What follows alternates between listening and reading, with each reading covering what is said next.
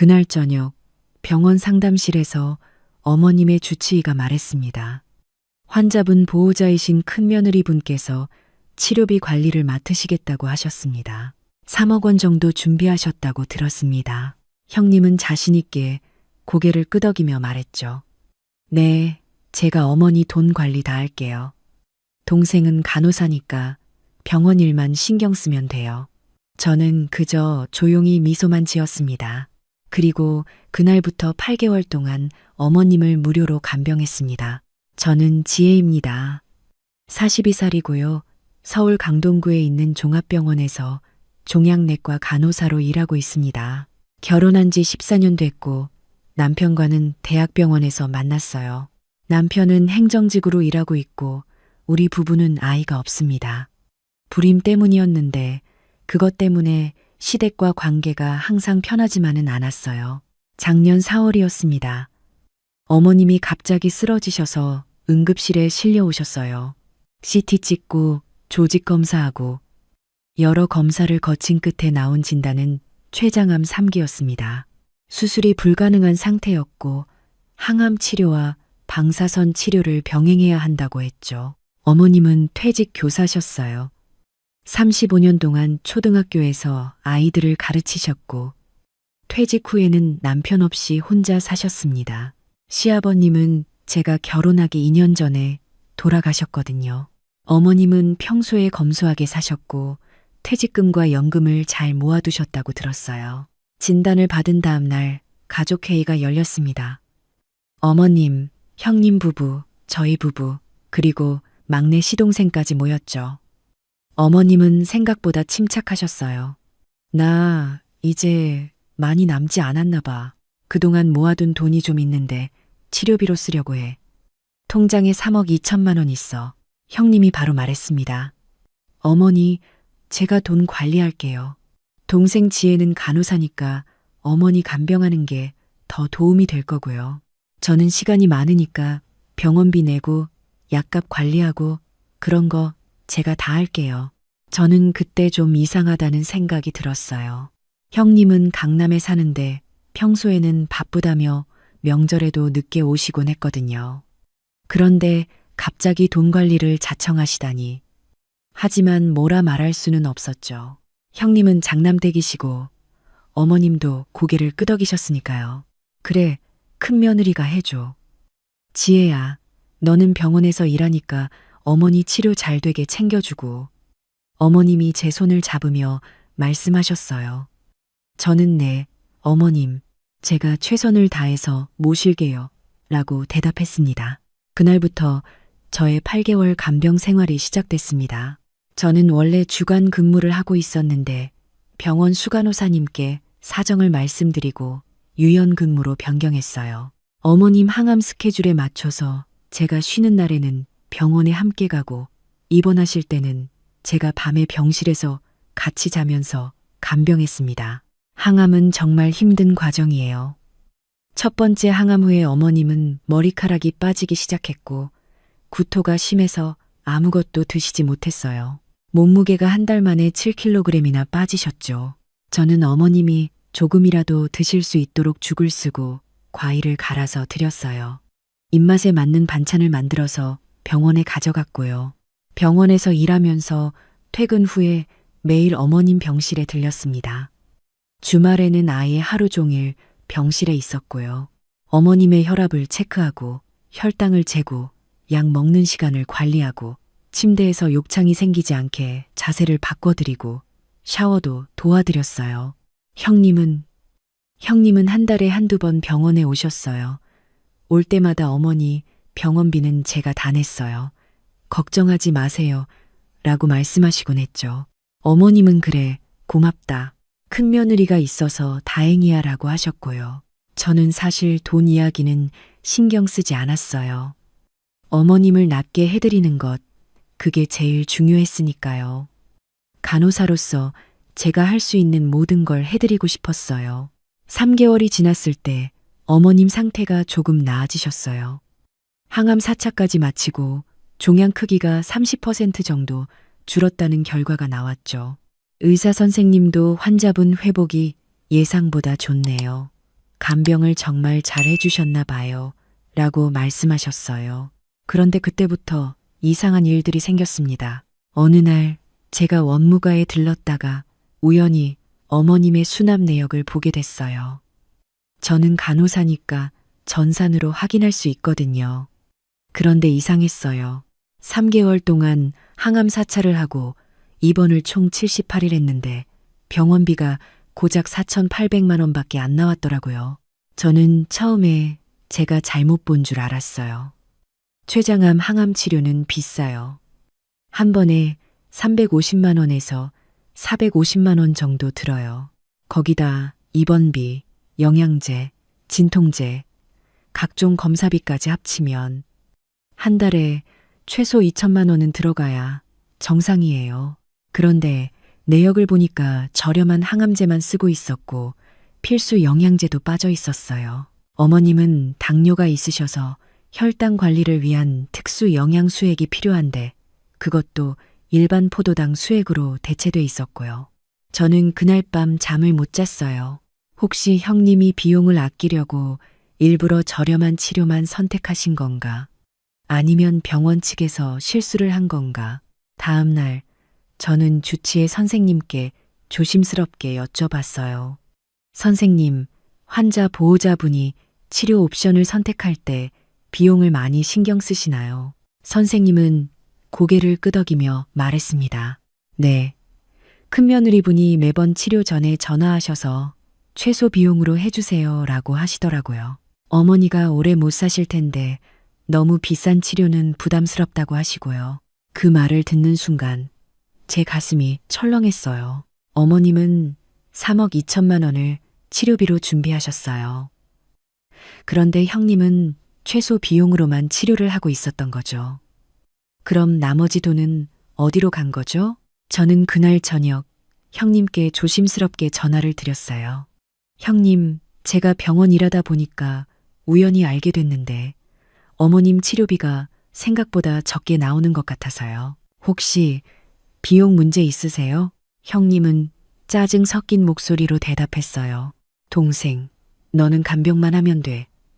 돈 문제는 신경 쓰지 마. 내가 알아서 한다니까. 하지만 형님, 어머님 상태 생각하면 좀 더 좋은 항암제를 쓰는 게 지혜야. 형님이 목소리를 높였어요. 너는 간호사니까 모를 거야. 항암 치료가 얼마나 비싼지. 3억이 있어도 금방 없어져. 나는 어머니를 위해서 아끼는 거야. 나중을 위해서. 알겠어? 저는 더 이상 말을 이을 수 없었어요. 그 후로 한 달 더 지났습니다. 저는 여전히 매일 어머님을 간병했어요. 하지만 마음 한구석이 불편했어요. 형님이 정말 어머님을 위해서 돈을 아끼는 걸까? 아니면 다른 이유가 있는 걸까? 그러던 어느 날이었어요.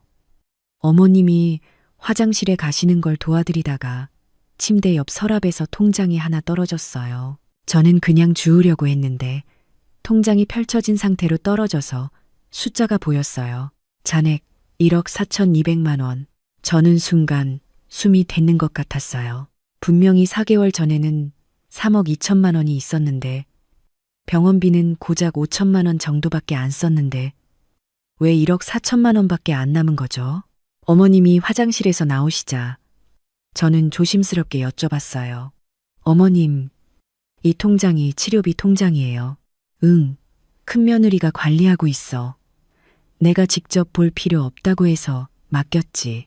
어머님, 실례가 안 된다면 혹시 다른데 큰 돈 쓰신 거 있으세요? 아니, 없는데. 왜? 무슨 일 있어? 저는 말을 아껴야 했어요. 아직 확실하지 않은 상태에서 어머님을 불안하게 만들고 싶지 않았으니까요. 아니에요, 어머님. 그냥 궁금해서요. 그날 밤, 저는 남편에게 모든 상황을 말했어요. 남편은 한참을 듣더니 한숨을 쉬었어요. 여보, 우리 형님이. 설마 그러시진 않았겠지? 나도 믿고 싶지 않아. 하지만 숫자가 맞지 않아. 그럼 어떡할 거야? 확인해 봐야지, 제대로. 다음 날, 저는 병원 원무과 후배에게 부탁해서 어머님의 전체 수납 내역을 출력했어요. 4개월 동안의 모든 치료 내역, 입원비, 약값, 검사비까지 다요. 총액 5,320만 원. 그리고 저는 어머님께 조심스럽게 허락을 구하고 통장 거래 내역을 확인했어요. 어머님도 이상하다고 생각하셔서 허락해 주셨죠. 거래 내역을 보는 순간 저는 분노가 치밀어 올랐어요.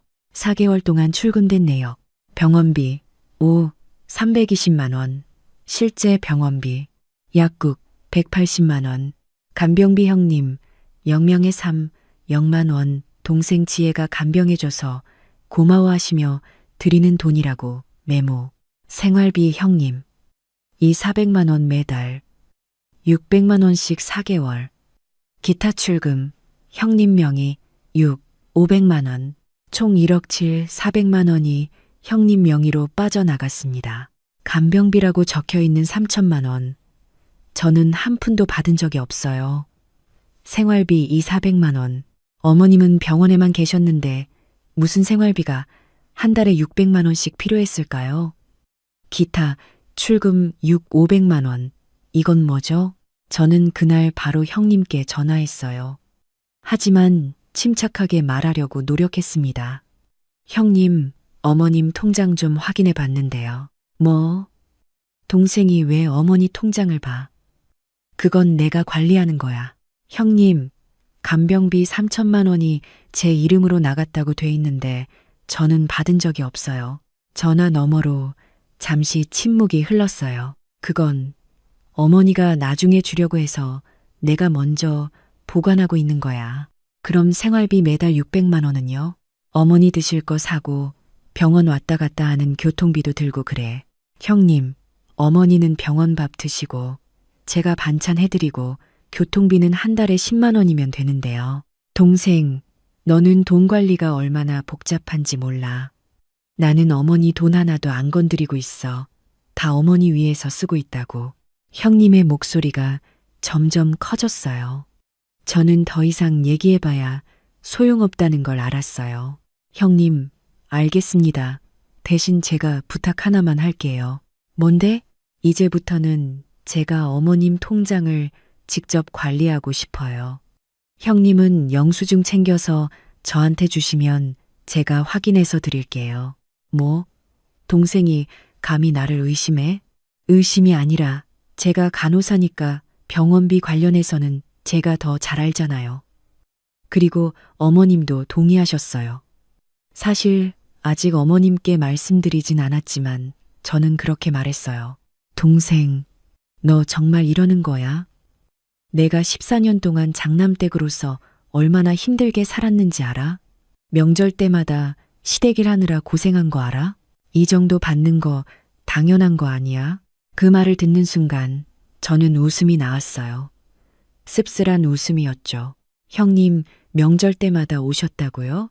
형님은 항상 늦게 오셔서 밥만 드시고 가셨잖아요. 설거지는 제가 했고요.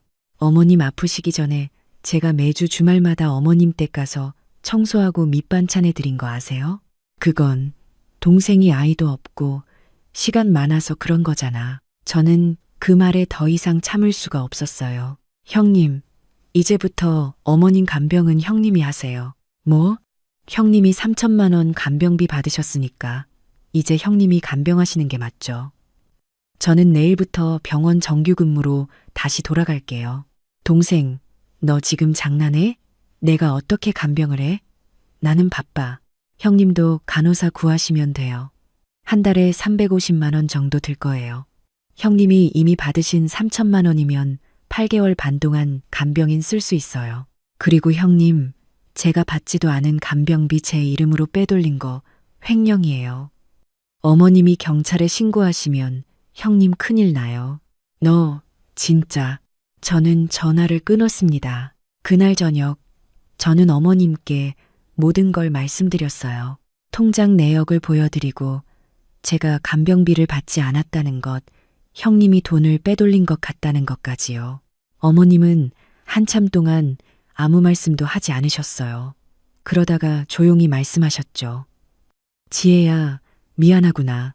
내가 큰 며느리를 너무 믿었나 봐. 네가 이렇게 고생하는데. 어머님, 괜찮아요. 저는 어머님을 간병한 거지 돈 받으려고 한 게 아니었어요.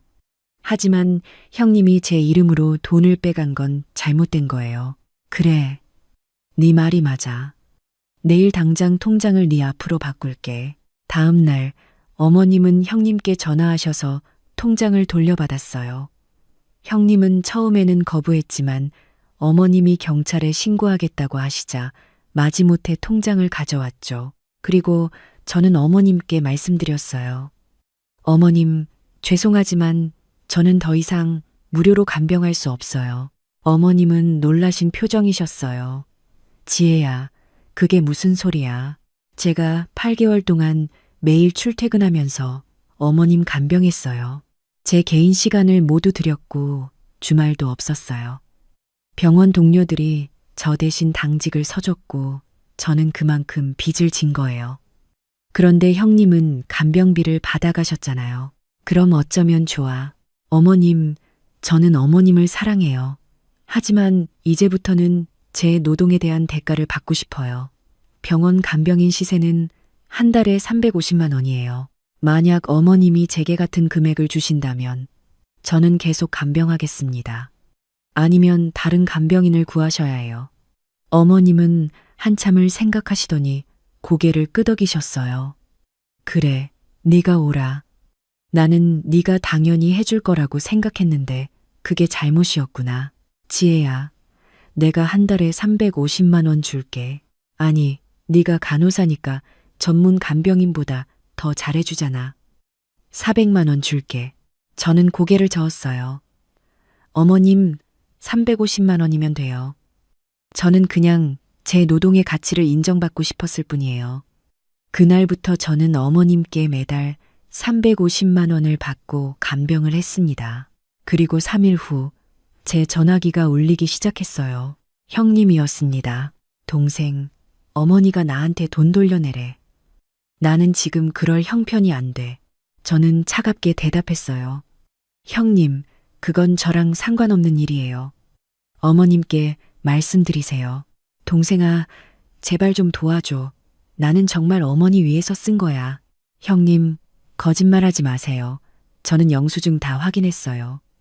형님이 제주도 가족여행 간 거, 새 차 산 거, 다 어머님 돈으로 하신 거 알아요. 형님은 더 이상 할 말이 없었는지 전화를 끊었어요. 그 후로 2주 동안 저는 형님과 아주버님한테서 총 246통의 전화와 문자를 받았어요. 동생, 우리 가족인데 이럴 거 없잖아. 지혜야, 형님이 잘못했어. 제발 어머니한테 좋게 말 좀 해줘. 네가 계속 이러면 우리 가족 다 파탄나. 어머니가 나를 경찰에 신고하려고 해. 제발 말려줘. 저는 모든 전화를 받지 않았어요. 문자도 읽지 않았어요.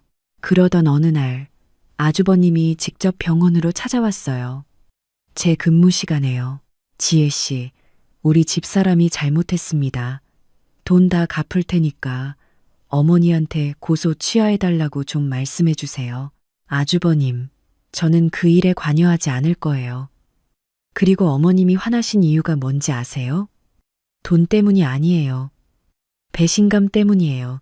형님을 믿고 맡겼는데 형님이 그 돈으로 제주도 가족여행을 가셨잖아요. 어머님은 병원 침대에서 항암하며 고생하시는데 아주버님은 고개를 떨구었어요. 저희가 너무했습니다.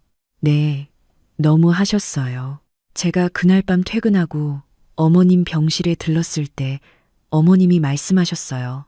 지혜야, 너 덕분에 눈을 떴어.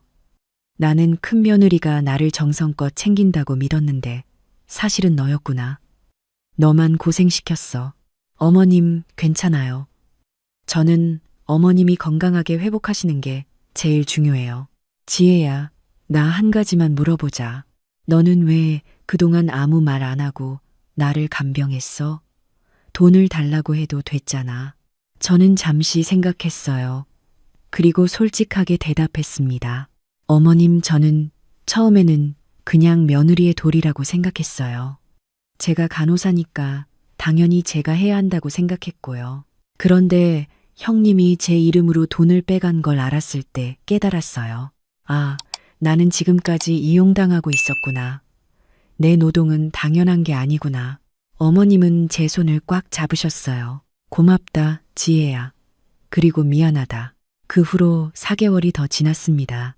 어머님은 항암 8차까지 마쳤고 기적적으로 종양이 거의 사라졌어요. 의사 선생님도 이 정도 회복은 정말 드물다고 하셨죠. 형님은 어머님께 빌린 돈 1억 2천만 원을 분할로 갚기로 했어요. 매달 200만 원씩요. 그리고 형님은 더 이상 병문안을 오지 않았어요. 저는 계속 어머님을 간병했고 매달 350만 원을 받았어요. 그 돈으로 저는 제 노후연금을 붓기 시작했어요. 남편과 저는 아이가 없으니까 우리 노후는 우리가 준비해야 하거든요. 어느 날 어머님이 말씀하셨어요. 지혜야, 나 퇴원하면 유언장 다시 쓸 거야. 어머님, 그런 말씀 마세요. 어머님은 오래오래 사실 거예요. 아니야. 나는 내 재산을 내게 줄 거야. 너만이 진짜 나를 돌봐줬어. 어머님, 괜찮아요. 저는 돈 때문에 간병한 게 아니에요. 알아. 그래서 더 주고 싶은 거야. 저는 더 이상 말리지 않았어요. 그건 어머님의 선택이니까요. 그로부터 3개월 후 어머님은 완치 판정을 받으셨어요. 병원에서 퇴원하시던 날 어머님은 제 손을 꽉 잡으며 말씀하셨어요. 지혜야, 덕분에 새 생명을 얻었어. 고맙다. 어머님, 제가 더 감사해요. 제 노동의 가치를 깨닫게 해주셔서요. 그 후로 일주일 뒤 형님한테서 문자가 왔어요.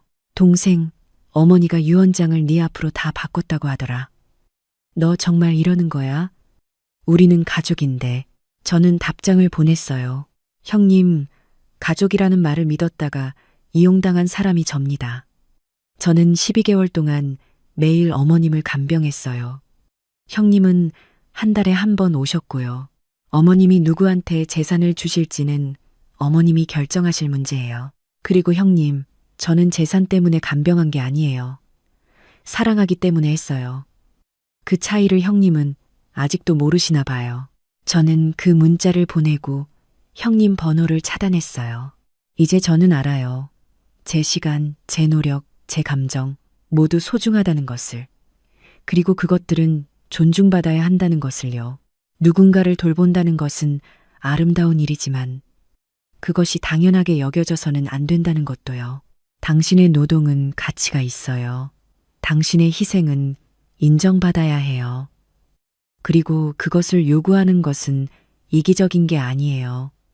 그건 당신의 권리예요. 퇴사하던 날 저는 회사 컴퓨터를 끄면서 바탕화면을 한번 봤어요. 15년 동안 매일 아침 켜던 화면이었는데 그날따라 낯설었습니다. 개인 파일은 없었어요. 처음부터 없었던 게 아니라 제가 하나씩 지워뒀거든요. 퇴사 결심을 하고 나서 2달 동안 천천히요. 서랍을 열었더니 머그컵 하나랑 손크림 하나뿐이었어요. 15년을 다닌 자리가 그 정도였습니다. 가방에 넣고 일어서는데 핸드폰이 울렸어요. 개발이팀 막내 후배였어요. 받지 않았습니다. 엘리베이터를 기다리는 동안 또 울렸어요. 기술이사님이었어요. 그것도 받지 않았습니다. 그날 제 핸드폰에 문자와 전화가 얼마나 왔는지 아세요? 57건이었어요. 저는 그걸 다 무시하고 회사 앞 편의점에 들어가서 캔커피 하나를 샀어요. 계산하면서 아무 생각이 없었어요. 아니, 생각이 너무 많아서 아무것도 안 들린 것 같았습니다. 제 이름은 오서연입니다. 올해 43이 됐고 지금은 명함이 없어요. 몇 달 전까지는 있었는데 그 명함에는 제 이름 위에 회사 이름이 있었고 제 이름 아래 팀장이라는 직책이 있었습니다. 그 명함을 만들기까지 15년이 걸렸어요. 처음 그 회사에 들어간 건 28이었어요. 의료 소프트웨어 개발 회사였는데 당시 직원이 22명이었어요. 병원 전산 시스템을 만들고 유지보수하는 곳이었습니다. 면접날 대표님이 저한테 이렇게 말씀하셨어요. 서연 씨, 우리는 학벌보다 손이 먼저인 회사야. 뭘 만들 수 있는 사람이 대우받아. 저는 그 말에 끌렸어요. 취업 준비를 오래 했거든요. 어디서도 저를 먼저 불러준 곳이 없었는데 이 회사가 처음이었어요. 믿고 싶었습니다. 아니, 그 말을 믿으러 들어간 것 같기도 해요. 처음 4년은 정말 열심히 했어요. 코드 한 줄이 아까웠어요. 밤새 디버깅하는 게 힘든 게 아니라 퍼즐 푸는 것 같았거든요. 중소병원 처방 관리 모듈을 혼자 만들어서 납품했을 때 대표님이 전체 회의에서 이런 말씀을 하셨어요. 서연 씨 덕분에 이번 계약됐어요. 다들 박수 쳐줘요. 그 박수 소리가 좋았습니다. 진심인 줄 알았어요. 6년 차에 개발 파트 리더가 됐고 9년 차에 개발 본부 팀장이 됐어요. 11년이 지났을 때 저는 기술 기획까지 겸하는 선임 팀장 자리에 있었어요. 회사는 그 사이 22명에서 140명으로 커졌고요. 제가 직접 설계하거나 주도한 프로젝트들을 합산하면 누적 계약 금액이 350억이 넘었습니다. 대표님이 가끔 이런 말씀을 하셨어요. 서연 씨가 뼈대 잡아줬으니까 이 회사가 여기까지 온 거야. 저는 그 말이 그렇게 좋았습니다. 그 말이 전부가 아닐 수도 있다는 걸 어딘가에서는 알면서도요. 그 사람이 처음 나타난 건 제가 12번째 연차를 시작하던 늦은 봄이었어요. 대표님한테 누나가 한 명 있는데 그 누나 딸이에요. 그러니까 대표님 조카였습니다. 이름이 채린 씨였고 나이는 28이었어요. 영국에서 석사를 마치고 들어왔다고 했습니다. 발령 소식은 사내 메신저로 먼저 왔어요. 신규 입사자를 소개합니다. 기획전략팀 선임 박채린님은 헬스케어 IT 기획 전문가로서. 저는 그 메시지를 읽으면서 잠깐 멈췄어요. 기획전략팀은 제가 3년 전에 대표님한테 건의해서 만든 팀이었거든요. 영업과 개발 사이에서 기술 방향을 잡아주는 역할이 없으면 프로젝트마다 혼선이 생긴다고 제가 직접 기획서를 썼어요. 그 팀의 외부에서 그것도 사회 초년생이 선임으로 들어온다는 게 이상하게 느껴졌지만 그때는 그냥 넘겼습니다. 채린 씨가 출근한 첫 주에 전 직원 앞에서 인사가 있었어요. 목소리가 또렷했고 영어 발음이 자연스러웠어요. 저도 박수를 쳤습니다. 처음 석 달은 조용했어요. 채린 씨는 주로 회의에 들어와서 메모를 했고 개발팀 미팅에도 참관을 왔어요. 시스템 구조에 대해 질문도 하고 경청하는 태도였어요. 저는 그게 배우려는 자세라고 생각했어요. 겸손한 거라고요. 그런데 넉 달이 지나자 달라지기 시작했습니다. 제가 당시 맡고 있던 프로젝트 중에 수도권 대형 종합병원의 통합 EMR 시스템 구축 프로젝트가 있었어요. EMR이라는 게 전자의무기록 시스템인데 병원 하나를 처음부터 다시 설계하는 수준의 일이에요. 저희가 7년 동안 공을 들인 병원이었고 드디어 공식 입찰 요청이 들어왔습니다. 계약 규모가 85억이었어요. 저는 개발 팀원들과 5달 넘게 기술 제안서를 만들었어요. 시스템 아키텍처부터 보안 설계, 유지보수 로드맵까지 230페이지짜리였습니다. 최종 프레젠테이션 이틀 전에 채린 씨가 저한테 왔어요. 팀장님, 저 이번 발표 자리에 배석해도 될까요? 병원 측 임원진 앞에서 기술 발표가 어떻게 진행되는지 보고 싶어서요. 저는 잠깐 생각하다 그러라고 했어요. 발표는 제가 하고 채린 씨는 옆에서 보는 거니까요. 그런데 발표 당일 병원 이사장님과 원무과장님이 테이블에 앉아 있는 자리에서 채린 씨가 자리에서 일어나더니 이렇게 말했어요. 오늘 기술 제안은 저희 기획전략팀에서 직접 안내해 드리겠습니다. 저는 그 순간 등이 굳어버렸습니다. 채린 씨가 제 노트북 앞으로 자연스럽게 자리를 옮기면서 첫 슬라이드를 넘겼어요. 제가 5달 동안 만든 자료였어요. 제가 밤새 다듬은 다이어그램들, 개발팀원들과 3번이나 구조를 엎고 다시 짠 아키텍처였어요. 그게 다른 사람 목소리로 설명되기 시작했습니다. 입찰은 저희가 따냈어요. 병원 측에서 그 자리에서 긍정적인 신호를 주셨거든요. 발표장을 나오면서 대표님이 채린 씨 어깨를 두드렸어요. 역시 채린이가 해냈네. 저는 그 뒤에 서 있었는데 아무도 저를 돌아보지 않았습니다. 그때부터였어요. 제가 작성한 기술 검토서가 채린 씨 이름으로 대표님한테 올라가기 시작했어요. 제가 5년 동안 쌓아온 병원별 시스템 특이사항 문서들이 기획전략팀 공유 폴더로 이관됐어요.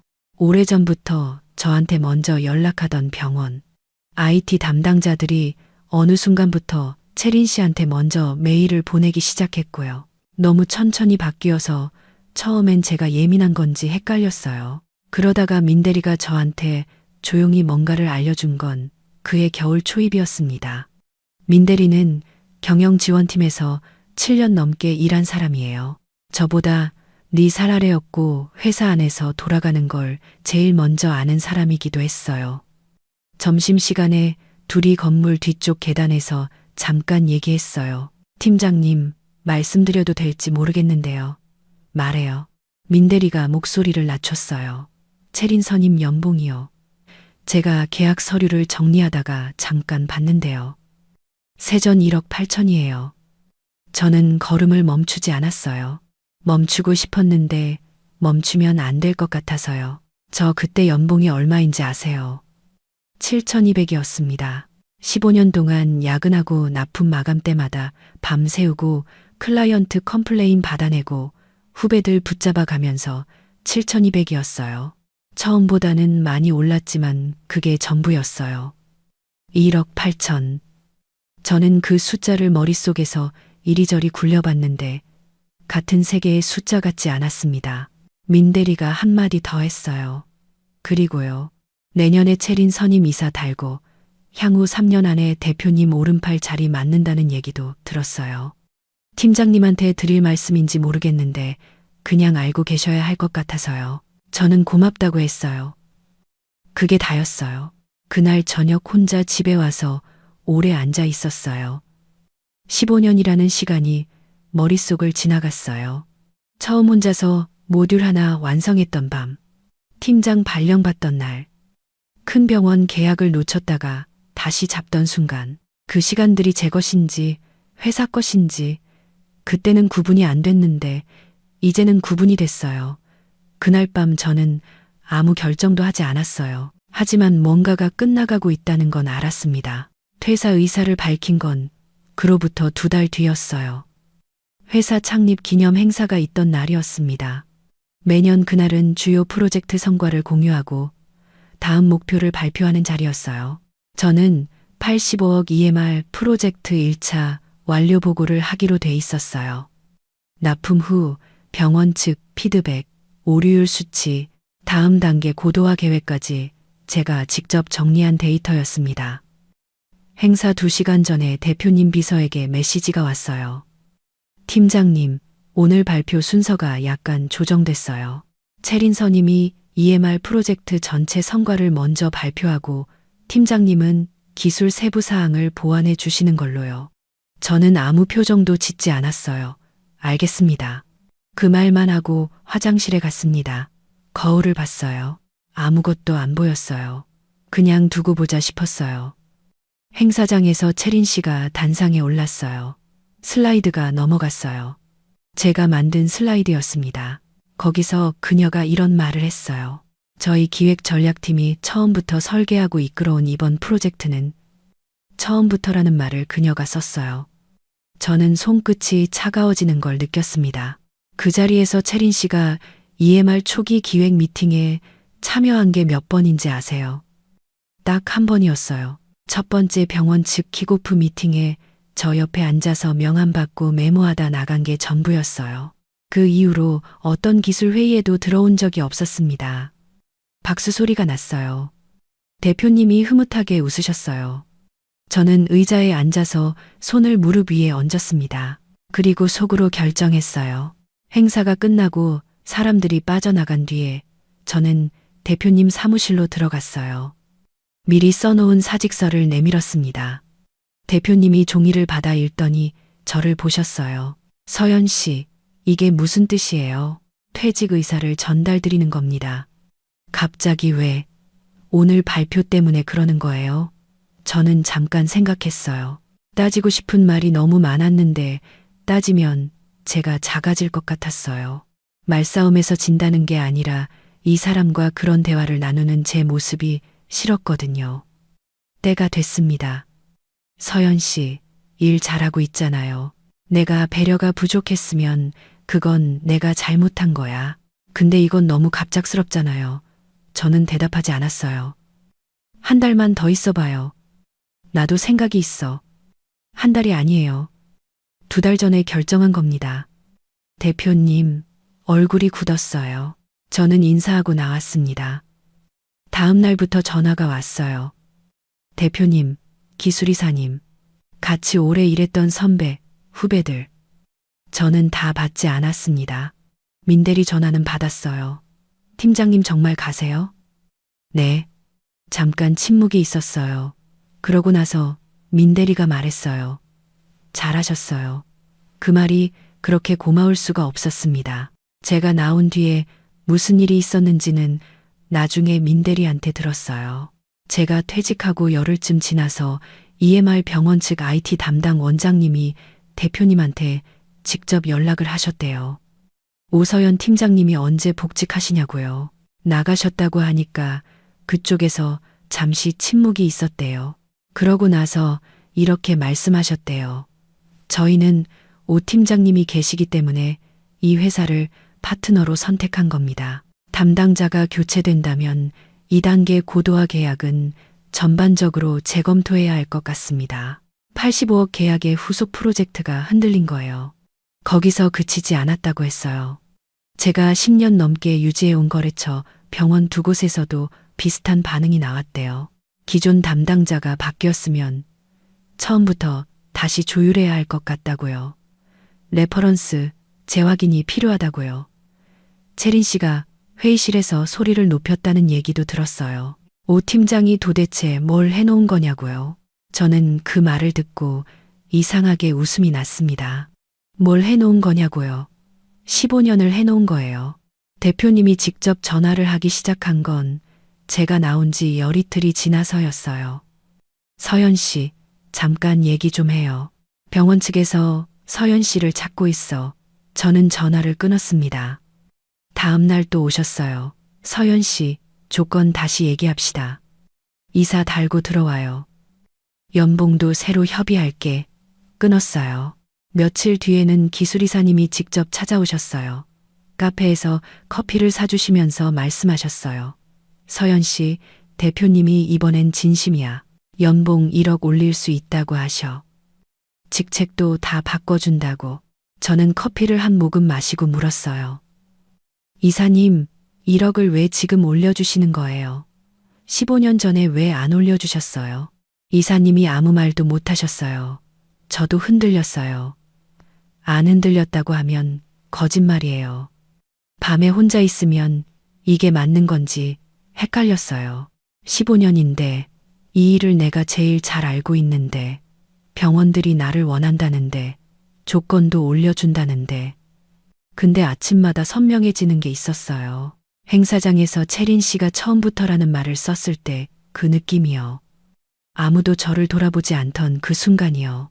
제가 5달 동안 만든 제안서가 다른 사람 목소리로 읽히던 그 장면이요. 그리고 대표님이 서연 씨 덕분에 여기까지 왔다고 말하면서도 제 연봉 위에는 보이지 않는 천장이 있었던 것이요.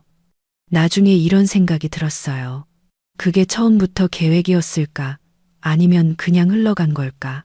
오래 생각해 봤는데 어느 쪽이든 결과는 같았어요. 처음부터 의도했든 아니든 제가 쌓아놓은 것들이 준비된 자리로 하나씩 흘러들어갔어요. 너무 자연스럽게요. 제가 눈치채기 어려울 만큼 천천히요. 그게 더 무서운 거였어요. 적이 있는 게 아니라 구조가 있는 거였으니까요. 사람은 말로 대우하지 않아요. 행동으로 대우하는 거예요. 저는 15년 동안 말로는 인정받았지만 행동으로는 늘 2번째였습니다. 57건 중에 제가 끝내 받은 연락이 하나 있어요. EMR 병원 원무과장님이셨어요. 개인 번호로 문자를 주셨거든요. 팀장님, 지금 어떻게 되신 건지 여쭤봐도 될까요? 저는 솔직하게 답장을 드렸어요. 퇴직했습니다. 잠깐 후에 답장이 왔어요. 팀장님, 혹시 독립하실 생각은 없으세요? 저희 병원 차세대 시스템 프로젝트가 내년에 있는데 팀장님 직접 하시면 저희는 그게 더 좋습니다. 저는 그 문자를 2번 읽었어요. 첫 번째는 내용 때문에 놀랐고 두 번째는 제가 한치도 망설이지 않았다는 게 놀라웠습니다. 생각해 볼게요도 아니고 한번 얘기해 봐요도 아니었어요. 그냥 이렇게 답했어요. 네, 말씀 나눠요. 그게 지금 제가 하고 있는 일의 시작이었습니다. 지금 저는 작은 사무실을 하나 얻었어요. 강서쪽 오래된 건물 4층이에요. 책상이 3개 있고 직원은 2명이에요. 지난달에 첫 계약을 마무리했습니다. 금액은 크지 않아요. 그래도 그게 전부 제 이름으로 된 거예요. 처음으로요. 민대리는 아직 그 회사에 있어요. 가끔 메시지가 와요. 요즘 분위기가 이상하다고요. 채린 씨가 이사 달고 나서 오래된 개발팀원들이 하나둘 나가고 있다고요. 저는 그냥 들어요. 뭐라고 말하지 않아요. 제 선택이 맞고 민대리 선택이 틀린 게 아니니까요. 사람마다 때가 다른 거니까요. 대표님은 지금도 가끔 문자를 보내세요. 서연 씨, 잘 지내지? 저는 답장을 안 해요. 나쁜 감정이 있어서가 아니에요. 그냥 할 말이 없어서요. 사람을 붙잡을 수 있을 때 붙잡지 않은 사람이 떠나고 나서 연락을 해오는 건 나에 대한 그리움이 아니에요. 잃어버린 것에 대한 당황함이에요. 저는 그 당황함에 해결책이 되고 싶지 않았습니다. 얼마 전에 처음으로 제 이름으로 된 사업자 등록증을 받았어요. 대표 오서연 3글자예요. 15년 동안 다른 회사 이름 밑에서 일했는데 이제 제 이름이 맨 위에 있어요. 이상하게 무겁고 이상하게 가볍고 그리고 이상하게 제 것 같은 느낌이에요. 그날 회사를 나와서 편의점에서 캔커피 하나 사고 건물 앞 벤치에 1시간 앉아 있다가 집에 가는 길에 저는 처음으로 핸드폰을 꺼냈어요. 57건이 쌓여 있었어요. 저는 화면을 끄고 가방에 넣었습니다. 길가에 퇴근하는 사람들이 지나갔어요. 저는 한 번도 울지 않았어요. 15년을 쏟은 것에 대해 후회가 없냐고 물어보시는 분들이 있을 거예요. 없어요. 라고 하면 거짓말이고요. 있어요. 라고 하면 또 완전한 진실이 아니에요. 그냥 그건 그 시간이에요. 그 시간이 저를 만들었고 그 시간 덕에 병원들이 저를 찾아온 거고 그 시간이 있었기 때문에 저는 제가 무엇을 할 수 있는 사람인지 알아요. 아깝냐고 물으면 아까워요. 당연히 아깝죠. 근데 아깝다고 해서 돌아가지는 않아요. 아까운 건 아까운 거고 돌아가는 건 다른 문제예요. 처음 대표님이 면접에서 하셨던 말 기억해요. 뭘 만들 수 있는 사람이 대우받아. 맞는 말이에요. 근데 만든 것이 누구 이름으로 기록되느냐는 또 다른 문제예요. 저는 15년 동안 제가 만든 것들을 다른 사람 이름 아래에 넣어줬어요. 이제는 제 이름 아래에 넣을 거예요. 43세 시작하는 게 늦은 것 같죠. 저도 가끔 그런 생각이 들어요. 좀 더 일찍 나왔으면 어땠을까? 근데 사람한테 때라는 게 있는 것 같아요. 준비가 되는 때가요. 저는 그때가 지금인 것 같아요. 조금 느려도 지금이 맞아요. 그날 편의점을 나오면서 이어폰을 꽂았어요. 뭔가를 들은 게 아니라 그냥 차단하고 싶었어요. 소음을요. 자꾸 뭔가를 해야 할 것 같은 느낌을요. 그리고 천천히 걸었어요. 아무도 저를 기다리지 않는 오후였는데 그게 이상하게 좋았어요. 처음으로요. 지금도 가끔 그 걸음이 생각나요. 아무것도 짊어지지 않은 그 가벼움이요. 핸드폰 진동이 없던 그 오후가요. 저는 지금 그런 오후를 만들어가고 있습니다. 제 이름으로요.